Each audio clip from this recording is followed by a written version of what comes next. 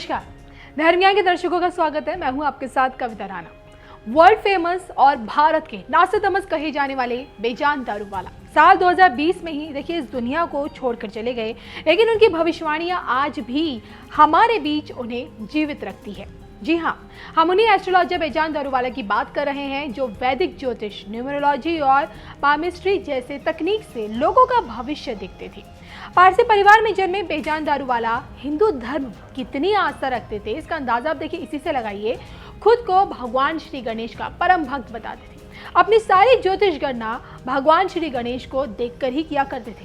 कहते हैं कि भविष्यवाणी करने की तकनीक बेजान दारूवाला को दूसरे एस्ट्रोलॉजर से बिल्कुल अलग बनाती थी। और अपनी भविष्यवाणी की तकनीक के बारे में एक बात बताते हुए उन्होंने ये भी कहा था, अगर मैं किसी व्यक्ति से जुड़ी भविष्यवाणी कर रहा हूँ तो सबसे पहले मैं उसे देखता हूँ और उसकी वाइब्रेशंस लेता हूँ। जिस समय में वो व्यक्ति मेरे पास आता है वो महत्वपूर्ण है।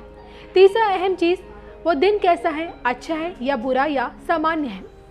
चौथी चीज, मैं उस व्यक्ति के हाथ की रेखाएं देखता हूँ। पांचवी चीज, उस व्यक्ति के बारे में मैं इंडियन हॉरोस्कोप के जरिए जानने का प्रयास करता हूँ। और आखिरी चरण होता है वेस्टर्न हॉरोस्कोप। ये सभी चीजें मेरे कंप्यूटर में फीड होती हैं और इसके बाद मैं श्री गणेश जी की तरफ देखकर अपनी भविष्यवाणी करता हूँ।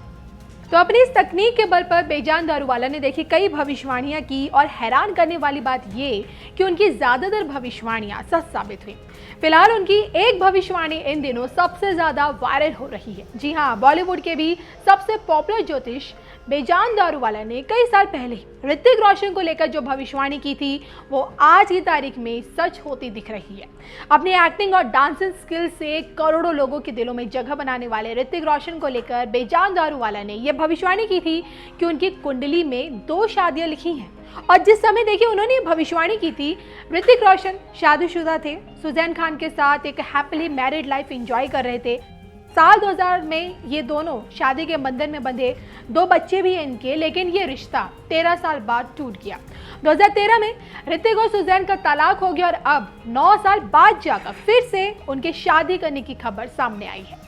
अब इन दिनों ऋतिक और सबा की जोड़ी बी टाउन की सुर्खियों में। जी हाँ, उम्मीद ये जताई जा रही है कि ये कपल जल्द ही शादी करने वाला है। फिल्म कारवां फेम एक्ट्रेस सबा आजाद इन दिनों ऋतिक रोशन को डेट कर रही है। हाल ही में ये दोनों ही पेरिस से छुट्टियां बिताकर वापस लौटे हैं। कुछ समय पहले दोनों को मुंबई के एक रेस्टोरेंट में भी स्पॉट किया गया था। खबरें तो देखिए ये भी हैं कि सबा जब बीमार हुई थी तब ऋतिक के घर से बाकायदा उनके लिए खाना जाता था। और मीडिया में देखिए इसी के चर्चे हैं कि दोनों स्टार्स एक दूसरे के लिए काफी सीरियस हैं और जल्द ही अपने इस रिश्ते को एक नया नाम देने जा रहे हैं, यानी कि शादी कर सकते हैं। जिसका मतलब साफ है कि ऋतिक रोशन की दूसरी शादी यानी कि बेजान दारूवाला की एक और भविष्यवाणी सच होने की कगार पर है। वैसे जॉन और बिपाशा को लेकर भी दारूवाला ने इन दोनों की शादी नहीं होने की भविष्यवाणी की थी, जो कि सच निकली। आमिर खान को लेकर भी ये कहा था बेजान दारूवाला ने कि उनकी दूसरी शादी नहीं चली। और देखिए ना, 14 साल बाद आमिर और किरण राव दोनों अलग हो गए। तो देखिए, बेजान दारूवाला के सिर्फ बॉलीवुड से ही जुड़ी भविष्यवाणियां सच साबित नहीं होती थी, बल्कि राजनीतिक भविष्यवाणियां भी काफी हद तक सच निकलती थी। बेजान दारूवाला ये दावा करते थे कि उन्होंने पीएम मोदी का हाथ देखा है और वो पीएम मोदी को भारत के विकास पुरुष बताते थे। हालांकि मोदी जी के पहली और दूसरी बार प्रधानमंत्री बनने की भविष्यवाणी भी बेजान दारूवाला ने की थी। और इसी तरह अटल बिहारी वाजपेयी जी के प्रधानमंत्री बनने की भविष्यवाणी हो, मोरारजी देसाई के प्रधानमंत्री बनने की भविष्यवाणी हो, मनमोहन सिंह के प्रधानमंत्री बनने की भविष्यवाणी हो, या फिर संजय गांधी की मृत्यु, गुजरात भूकंप, भोपाल गैस कांड और कोरोना का फैलना, समय से पहले अपनी ये ज्योतिष गणना के आधार पर बेजान दारूवाला ने ये सारी भविष्यवाणियां की, जो देखिए वक्त आने पर एक एक करके ये सब सच भी साबित होने लगी। तो जिंदगी जीने का बेजान दारूवाला का सिर्फ एक ही फॉर्मूला था, जियो, प्यार करो और खुश रहो।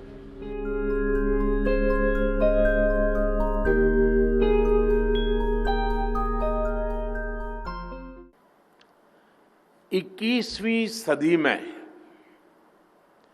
निरंतर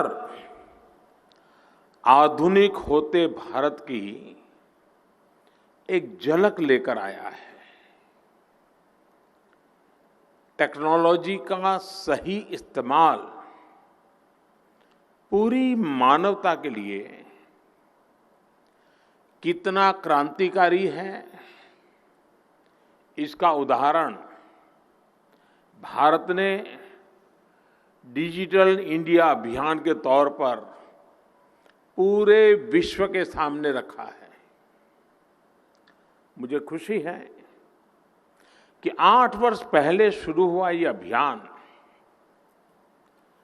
बदलते हुए समय के साथ खुद को विस्तार दे रहा है।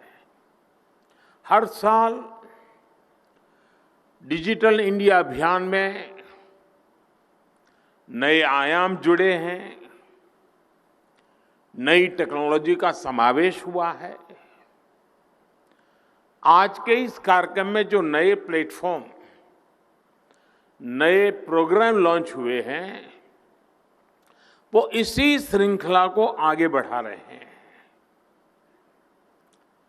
अभी आपने छोटी छोटी वीडियो में देखा, माई स्कीम हो, भाषिणी भाषा दान हो, डिजिटल इंडिया जेनेसिस हो, चिप्स टू स्टार्टअप प्रोग्राम हो, या बाकी सारे प्रोडक्ट्स, ये सारे ईज ऑफ लिविंग और ईज ऑफ डूइंग बिजनेस को मजबूती देने वाले हैं। विशेष तौर पर इनका बड़ा लाभ भारत के स्टार्टअप इकोसिस्टम को होगा। साथियों, समय के साथ जो देश आधुनिक टेक्नोलॉजी को नहीं अपनाता, समय उसे पीछे छोड़कर आगे निकल जाता है।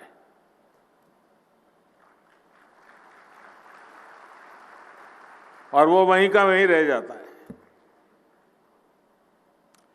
तीसरी औद्योगिक क्रांति के समय भारत इसका भुक्तभोगी रहा है, लेकिन आज हम ये गर्व से कह सकते हैं कि भारत चौथी औद्योगिक क्रांति, इंडस्ट्री 4.0, आज भारत गर्व से कह सकता है कि हिंदुस्तान दुनिया को दिशा दे रहा है। और मुझे इस बात की दोहरी खुशी है कि गुजरात ने इसमें भी एक तरह से पथ प्रदर्शक की भूमिका निभाई है।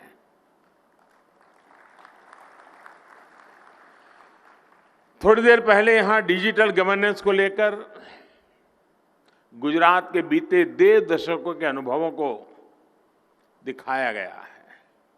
गुजरात देश का पहला राज्य था जहां Gujarat state data centre GSDC, Gujarat state wide area network GSWAN, ई-ग्राम सेंटर्स और ATVT जनसेवा केंद्र जैसे पिलर्स खड़े किए गए।